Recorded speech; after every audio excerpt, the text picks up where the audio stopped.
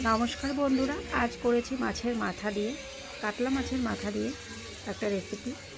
তো কে কে মাছের মাথা দিয়ে তরকারি খান তো অবশ্যই কমেন্টে জানাবেন। আর একটা ভিডিওটা ভালো লাগলে একটা লাইক সাবস্ক্রাইব করে আমার পাশে থাকবেন। তো মাছের মাথাটা আমি পরিষ্কার করে ধুয়ে নিয়েছি। ধুয়ে আর কড়াইতে তেল দিয়ে দিয়েছি। এখানে মাছের মাথার মধ্যে আমি নুন হলুদ ভালো করে মাখিয়ে মাছের মাথাগুলোকে ভেজে নেব।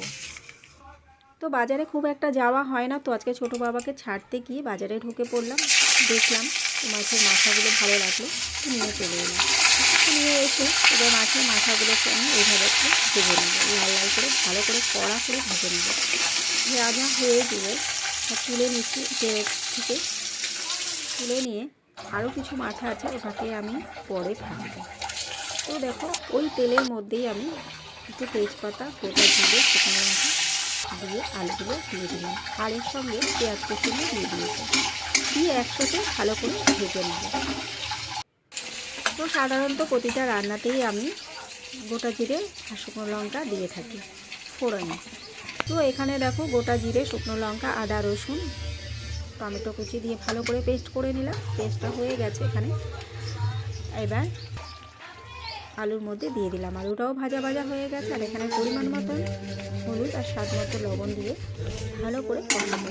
তো ভালো করে কষিয়ে নিচ্ছি। কষিয়ে নিয়ে এবার আমি জল দিয়ে দেবো। যতক্ষণ না কাঁচা গন্ধটা চলে যাচ্ছে মশলা, ততক্ষণ কষাতে হবে। কষানো হয়ে গেলে এখানে আমি জল দিয়ে দেবো। তো এর সাথে টমেটো কুচিয়ে দিয়ে দিলাম।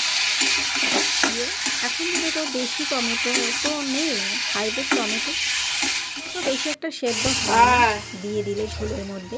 তো শীতকালে ঝোলের মধ্যে জল দিয়ে টমেটোটা দিলে সেদ্ধ হয়ে যায় তাড়াতাড়ি। তো এখন তো হয় না, কষানোর সঙ্গেই দিয়ে দিই যাতে সেদ্ধটা তাড়াতাড়ি হয়ে যায়। তো সে যাই হোক, তো রান্নাটা হয়ে এসেছে, ফুটে গেছে ঝোলটা। তো দেখতেই পারে আলুটা সেদ্ধ হয়েছে নাকি। আলুটা সেদ্ধ হয়ে গেলে মাছের মাথাগুলোকে আমি ঝোলের মধ্যে দিয়ে দেবো।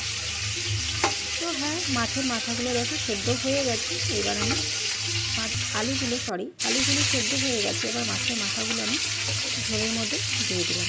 একে একে সব কথাই দিয়ে দেবো।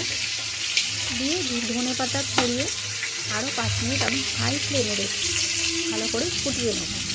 ভালো করে ফুটিয়ে নিয়ে তারপরেই আমি ঝোলটা নামিয়ে নেব। রেসিপিটা পুরোটা শেষ রান্না। তো আপনাদের কার কার ভালো লাগে অবশ্যই কমেন্টে জানাবেন। আর তো এখানে দিয়ে দিলাম। রান্নাটা শেষ হয়ে এসেছে প্রায়। আর বাইরের দৃশ্যটা ঝিমঝিম করে বৃষ্টি পড়ছে। আর তার মধ্যে আমি গেছি কিছু ভিডিও করে এনেছি গাছগাছালির। আমার বাগানে ছাদ বাগান আছে। তো সুস্থ থাকবেন, ভালো থাকবেন।